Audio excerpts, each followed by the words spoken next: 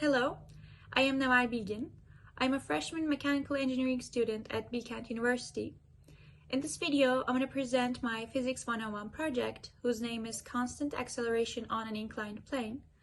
And the main purpose of my experiment is to prove that on a frictionless inclined plane, acceleration only depends on the gravitational acceleration and the inclination angle, and it does not depend on the mass of the object released. In the first part of my project, I want to show that inclination angle changes the acceleration, and in the second part, I increased the mass of my object and show that the mass does not affect the acceleration. For my experiment, I used an airtable and its accessories, a balance, a ruler, a calculator, and I used my phone as the timer. First, I used the balance to measure the mass of the puck, and then I measured the distance between the two ends of the airtable using a ruler. And then I released the puck from the highest point of the airtable with 3 different inclination angles.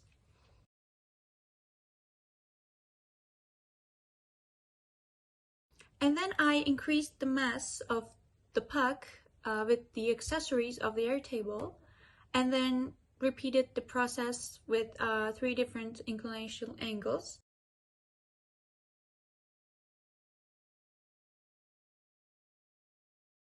And then I recorded my data for the puck and the puck with the increased mass. I used a formula showing the relation between displacement, acceleration, and the time. And by using this formula, I calculated the acceleration for 3 different inclination angles and both masses. And I also used a formula showing the relation between acceleration, gravitational acceleration, and the sine value of the inclination angle. And by using this formula, I calculated the theoretical acceleration. Comparing theoretical and experimental accelerations, I saw that some errors occurred. And these errors occurred because I was the one measuring the time and the displacement, and also gravitational acceleration changes due to the shape of the Earth.